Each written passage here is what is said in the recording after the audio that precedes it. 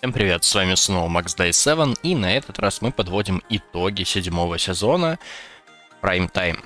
Итак, давайте же сравним его с предыдущими. Что в этом сезоне мы получили? Во-первых, мы наконец-то получили увеличение наград. Обещалось, что награды будут увеличены в 2 раза, но, как показывает практика, 2 раза как-то очень, что ли, неправильно посчитано, или, может, для меня лично непонятна логика, потому что за тот же биткоин, если мы его выберем, награда была, соответственно, 30 тысяч сатош, стала 40 тысяч. То есть это как бы 1/3 сверху.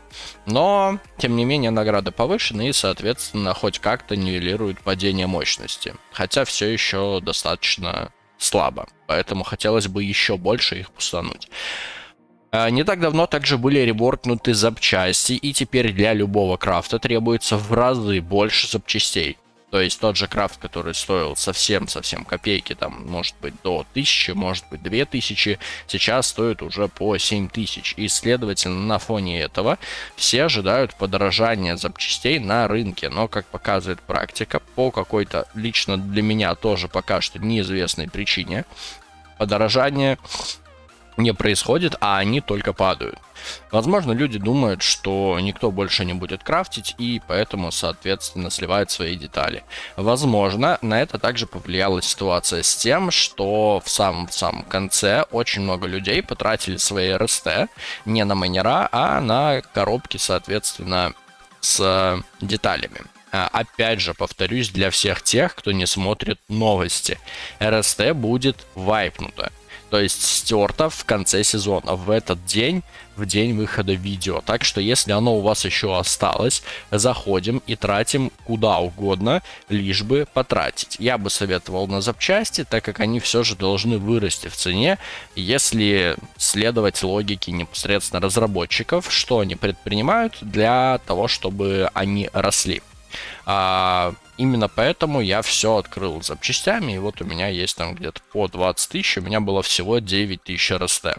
Также давайте вспомним о том, кто и как сильно прогрессировал в этом ивенте. Могу сказать, что это был самый, наверное, жирный ивент с точки зрения непосредственно прогрессии для других, скажем так, участников. Потому что я знаю, что очень много на маркете люди, которые крафтили Unreal, после этого его сливали за какие-то бесценки. Если до этого для нас условная 1 к 5, 1 к 6 мощности это было что-то невероятное и супер редко дорогое, то в этот ивент, скажем так, во время этого ивента появлялись Unreal майнера, и даже, может быть, не только Unreal, а какие-нибудь легендарного качества 5 уровня майнера, у которых был коэффициент типа 10 тысяч, 12 тысяч GH на 1 RLT, что супер круто. После того, как крафт подорожал, я думаю, что все-таки больше такого не будет, потому что, ну, объективно, да, после такого дорогого крафта навряд ли кто-то будет настолько в минус себе продавать, соответственно, свои майнера. Так, что у нас еще по самому, соответственно, сезону в плане наград за Event Pass? Это были первые награды, скажем так, это был первый сезон, где переработали систему опыта, это был первый сезон, где было аж целых 60 наград, и то есть для фри-то-плей игроков можно было тоже забирать достаточно немало наград. Я, как видите, вообще не играя, смог аж до 24 уровня добраться. Только за счет вот этих непосредственно квестов. Открывать, ну, я открывал боксы чисто, хотя на маркете это сделать в разы проще. Но это требует времени. И вот, соответственно, вот за эти вот квестики тоже получал непосредственно опыт. Что еще у нас помимо всего этого произошло? Также буквально вчера было обновление, в котором ваши детали могут пропасть у вас вот здесь из списка, но они сказали, не волнуйтесь, они, если что, все полностью вернутся назад. Обновление было, скажем так, не то чтобы сумбурным, его обещали. И те, кто, допустим, обновление крафта ждал в самом конце, немножечко, да, попали в ситуацию, что они еще не докрафтили то, что хотели, а крафт уже вырос в разы.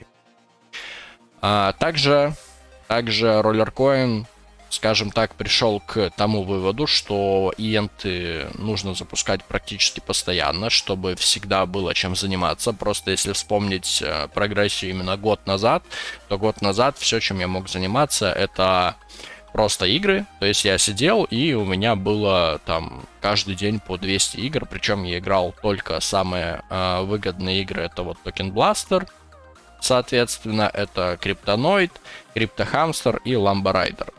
И это занимало очень много времени. Я играл по 7-8, а то и больше часов в день.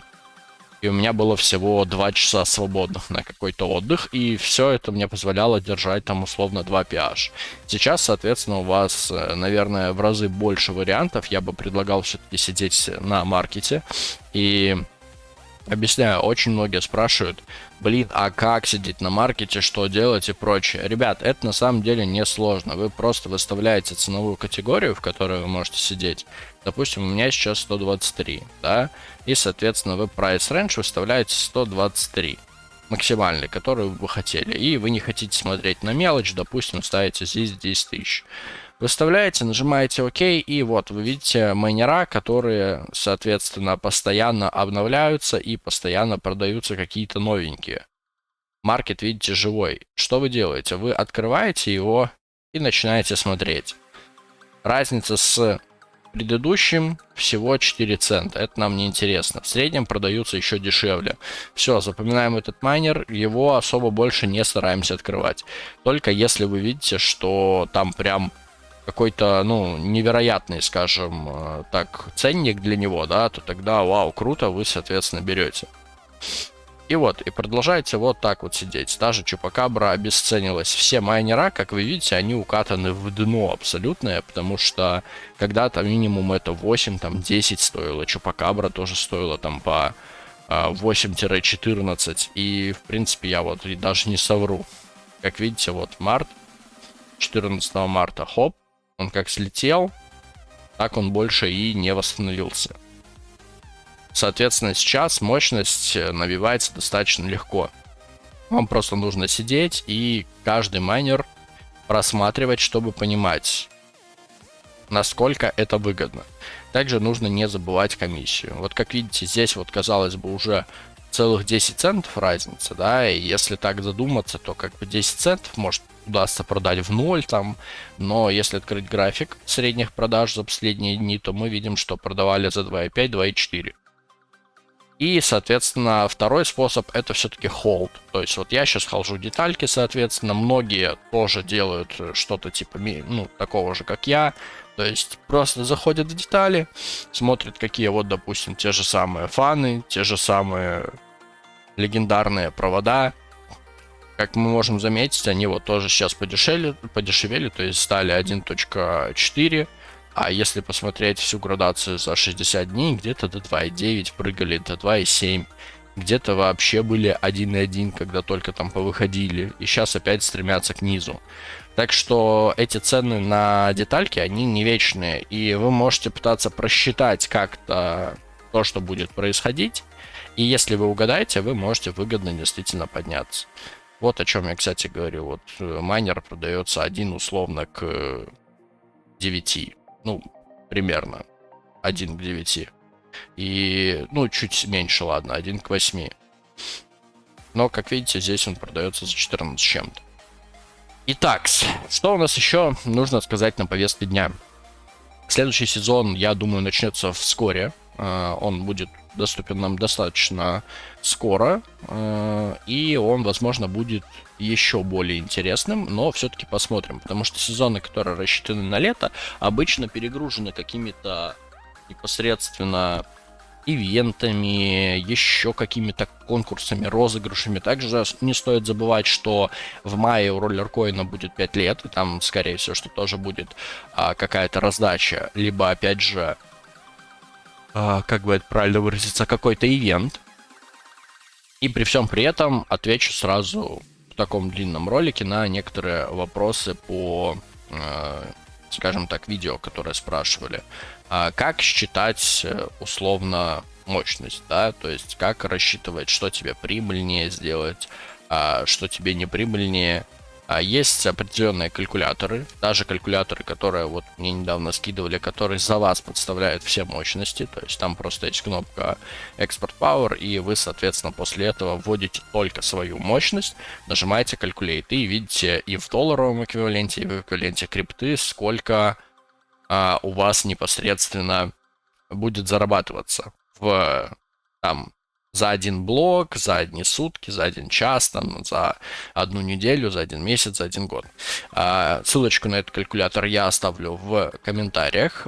Соответственно, вы его посмотрите и не забывайте то, что теперь нету никаких недельных бонусов, то есть мощность в принципе устаканивается и держится на определенной валюте достаточно долгое время. Еще какие вопросы были? Вопросы были касательно вывода, допустим, лайткоина или TRX.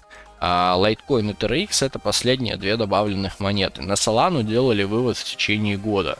То есть не ждите то, что монетку добавят в вывод супер-супер быстро. Просто знайте, что ее добавят, но пока что ее делают. Соответственно, очень много вопросов было, что начинать делать новичку. Ну, здесь все на самом деле очевидно. Если раньше я бы сказал вам сидеть и играть много-много игр, то теперь это, не актуально, не работает. Да, буквально вчера подняли все награды за игры в 2 раза. И если бы я сейчас воспользовался стратегией, которой я начинал играть в Rollercoin, я бы смог держать на играх, при том, что я бы жил в Rollercoin где-то около 4 PH. Что $4 на данный момент в крипте. И я бы сказал, что даже год назад, если бы я занимался такой же историей, я бы зарабатывал где-то $9-10. То есть заработок даже со всеми апгрейдами и увеличениями мощности упал в 2 раза, если ты сидишь на фри-то-плей. Но оно и правильно, потому что появился маркет, и маркет дает возможность заработать в разы больше. Что вам нужно делать изначально? Стараться выполнять weekly оффера, чтобы, соответственно, забирать вот эту награду. Так как вы новичок, у вас, скорее всего, что не будет возможности выполнить квест на непосредственно купить что-то на маркете в weekly оффере. И раз у вас нет возможности сделать это, то первую неделю вы не стараетесь это полностью выполнить, то есть закрываете то, что у вас по возможности, чтобы получить какое-то количество РСТ и прочее. А на следующей неделе вы уже можете спокойно лезть в таски. Почему первую неделю советую скипнуть? Да, просто потому, что вот все эти сделать Stomer J, там скрафтить майнер, еще что-нибудь, они, сами понимаете, требуют РСТ, и если вы полезете без каких-либо наград и чего-то еще, сразу, без какого запаса какого-то РСТ, вы можете просто не сойтись дебет с кредитом у вас. Соответственно, дейли квесты советую выполнять тоже сразу все, но здесь можно не выполнять один непосредственно таск. После того, как вы уже целую неделю проиграете, то когда обновится у вас недельные квесты, у вас уже будет небольшое количество РСТ на балансе, вы можете смело начинать выполнять таски. Таски у нас выполняются вот здесь. И, честно говоря, сейчас их достаточно много, но далеко не все из них работают. Поэтому старайтесь спрашивать все-таки в чате или еще где-то, кто и что платит, какие, соответственно, есть таски. Допустим, Офертора тот же сейчас, я уверен, что будет платить. Но, как видите, адекватных тасков тут не то чтобы много. Ну да. Хотя их все еще. Допустим, вот War Thunder без проблем платит регистр, загрузить игру и сыграть 10 боев. Это вполне реально. Все, что выглядит как join к какому-то другому порталу и соберите какие-то там поинты, монетки, еще какая-то вещь. То есть... как бы это выразиться? То есть вас переводят на другую, точно такую же площадку, в которой тоже есть таски, за которые вы получаете монетки. Скорее всего, что они вам не заплатят и просто не тратя на это время. Так, еще из вопросов... Наверное, я больше особо ничего и не помню. То есть, что делать новичкам, я уже, соответственно, сказал. Вы играете в игры, делаете квесты, но не переусердствуйте. Потом, когда вы уже соберете какую-то определенную сумму, начинаете просто закупать там детальки, продавать и пытаться что-то делать. Да, первое время, возможно, будете где-то уходить в минус. Я тоже уходил в минус, когда трейдил, у меня было такое, что я майнер там в -2 и в -4 продавал. потому что ошибся при покупке. Но, тем не менее, если котелок у вас варит, вы, в принципе, научитесь на этом торговать. Ничего суперсложного здесь, я бы сказал, абсолютно нету. Что хочется сказать про тот новый сезон, который будет. Будет у нас, соответственно, новый сезон по анонсу, связанный с, скажем так, байкерами, там, да, дорогами, все дела. Возможно, подходит к лету. Скорее всего, что там будет точно такая же система, то есть они запихнут туда как можно больше майнеров, которые будут подходить для крафта. И также сейчас те, кто говорят про увеличение мощности огромное, поймите, что после того, как сезон закончится, она начнет, наоборот, чуть-чуть падать. Ну, в плане не именно падать полностью, а замедлится. Потом немножечко скакнет, потому что когда выйдет новый сезон, обычно 500-800 человек сразу покупают за $500 в пас, не парясь. И после этого она должна будет на некоторое время остановиться. Надеемся, то, что разработчики роллеркоина будут продолжать поднимать нам награды. Далее и далее. Ну и, в принципе, на этом все. Честно говоря, видос сумбурный, потому что информации много. Что-то прошло мимо меня, такие вещи как, допустим, giveaway 3 штуки, потому что контент-креаторам запретили рассказывать, где непосредственно можно взять ответы. Ну, то есть нам сказали, вы не можете говорить, что выбирать. То есть вы можете сказать только, в каких соцсетях взять ответы. И, соответственно, мои подписчики прекрасно помнят, как я давал все ответы. Теперь я этого делать не могу. Возможно, посмотрим, я выйду из контент-креатор программы, чтобы продолжить вам, соответственно, говорить все ответы. Но посмотрим, что она в итоге будет давать. То есть все зависит все-таки от того, есть от этого какая-то выгода или нет. С вами был Max Day 7. Спасибо, что были со мной весь 7-й сезон. Надеюсь, продолжите смотреть мои ролики и в 8-м сезоне. Всем спасибо, всем пока.